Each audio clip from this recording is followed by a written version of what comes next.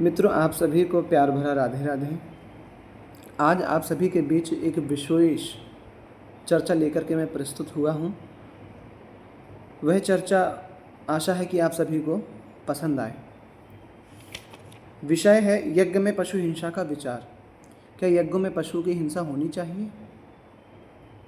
लोग कहते हैं कि यज्ञ में अगर पशु की बलि दी जाएगी तो पशु को स्वर्ग की प्राप्ति होगी।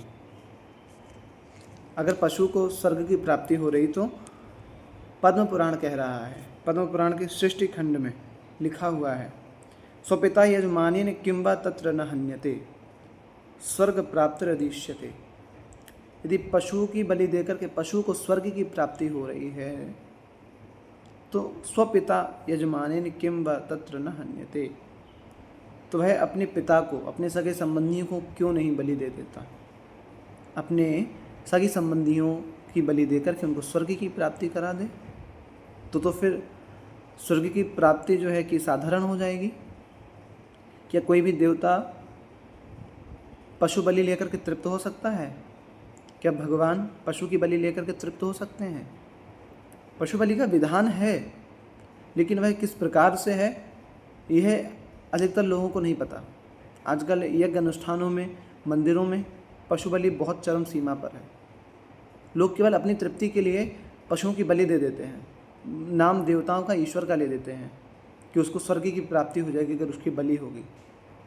अवश्य होगी, लेकिन वह किस प्रकार? पशु बलि का विधान है, लेकिन केवल संकल्प मात्र, स्पर्श मात्र, उसका संकल्प करके, उसका स्पर्श करके उसको स्वतंत्र छोड़ दिया जाए ईश्वर के लिए। अब जब वह अपना प्राण छोड़ेगा तब उसको भगवान के चरणों में स्थान मिलेगा, क्योंकि संकल्प करके हमने उसको भगवान के चरणों में सौंपा था। यही विधान है। बाकी जो लोग अपने जिह्वा के स्वाद के लिए या अपने को विशेष दिखाने के लिए शास्त्र निषिद्ध, वेद निषिद्ध यह पशु बलि का आचरण कर रहे हैं, वह शास्त्र विरुद्ध है। यज्ञ मीमांसा भी रोकती है, पद्म पुराण में भी लिखा हुआ है, श्रीमद् भागवत में भी कहा गया है, वृत्ति परम घ्नन्ति पशु न तद्विधा, कि यज्ञ में पशु की हिंसा नहीं होनी चाहिए। यह बात आप सभी के बीच में इसलिए मैंने प्रस्तुत की है कि अगर कहीं पे भी पशु बलि हो रही है, आप वहाँ हैं तो आपको उसे रोकना चाहिए। अगर शास्त्र विरुद्ध आचरण किया जाएगा तो ना उस यज्ञ का फल होगा, ना अनुष्ठान का फल होगा, ना आपके कोई कर्म का फल होगा, दोष ही लगेगा।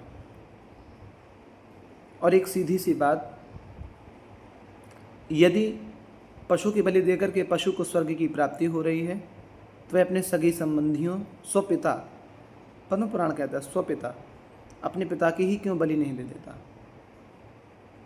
बात विचारणीय है। आप सभी लोग इस पर विचार करें। विचार क्या? विचार करने की तो आवश्यकता ही नहीं, यह शास्त्र का वचन है, पद्म पुराण में लिखा है। मैं आप लोगों को बता देता हूँ, पद्म पुराण के सृष्टि खंड में लिखा हुआ है, निहतस्य पशोर यज्ञे स्वर्ग प्राप्तिर यदीष्यते स्वपिता यजमानेन किं वा तत्र न हन्यते। ये लिखा हुआ है, तो शास्त्र विरुद्ध आचरण करने की कोई आवश्यकता नहीं है। जो शास्त्र में लिखा है वही आचरण करें, वो उसी विधि से यज्ञ करें, अनुष्ठान करें, पूजा पाठ करें, पूर्ण फल आपको प्राप्त होगा। आप सभी को पुनः राधे राधे।